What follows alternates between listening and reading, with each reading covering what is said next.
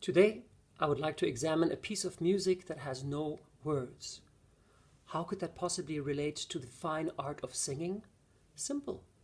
As a singer, you must not just train your voice, but your ears. Proust, in his magnus opus, In Search of Lost Time, wrote, "I wondered if music was not the sole example of what, had language not been invented, words not formed, ideas not analyzed, might have been the communication of souls."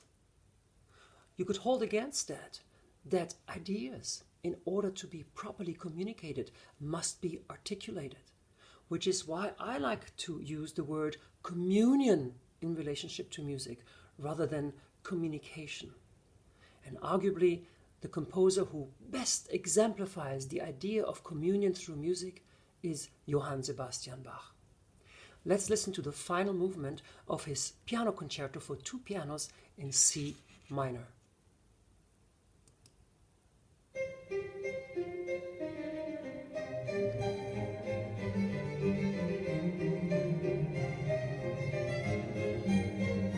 You know, Bach in German means the brook.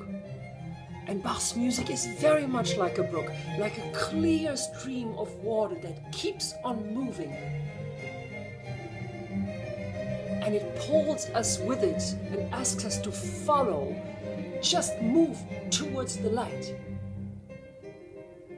And jump from stone to stone.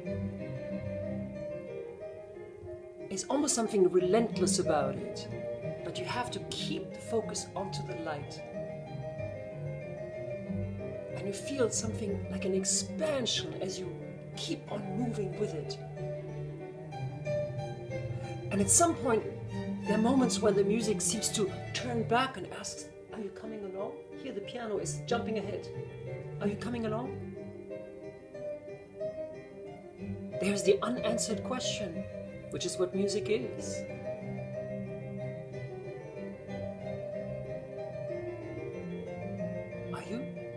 Are you willing to do this?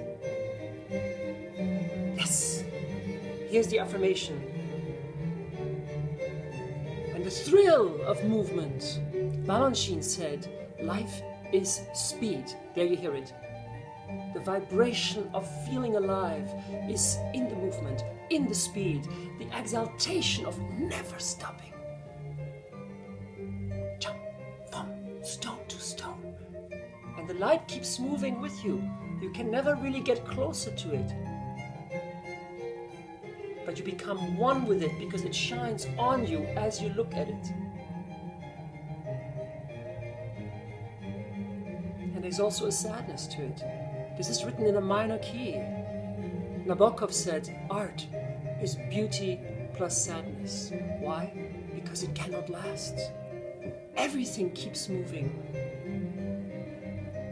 You pick yourself up and you keep on moving towards the light. What else are you going to do? There are moments of reflection, but at the end of the day or in the morning, you better get moving. Not physically necessarily, mentally.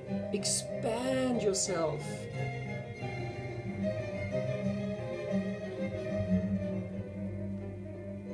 The relentlessness. It's not personal. It has nothing to do with you. It's beyond personal. It's very liberating. It's universal. Here, everyone picks up their weight on their shoulders and follows or moves. There are no followers, there are only movers.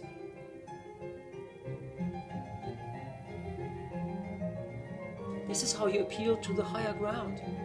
No matter what you call it, Christian, spiritual, it's there. And it's in the music.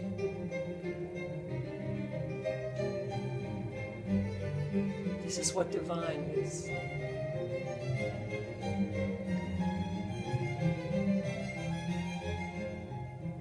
And there's almost a regret of having to do this because it's hard.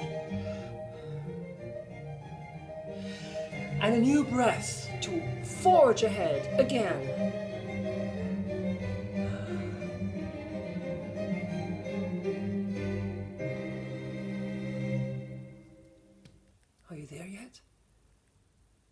closer to the light, but the light is also moving from light to dark, and again, light to dark, never stopping. What is art? What is it there for? Why is it vital? Because it can teach us to pay close attention to something that is bigger than our own self. And in doing so, it can help us to feel whole, connected to the universe. Maybe just for a moment, but those are special moments. Cherish them.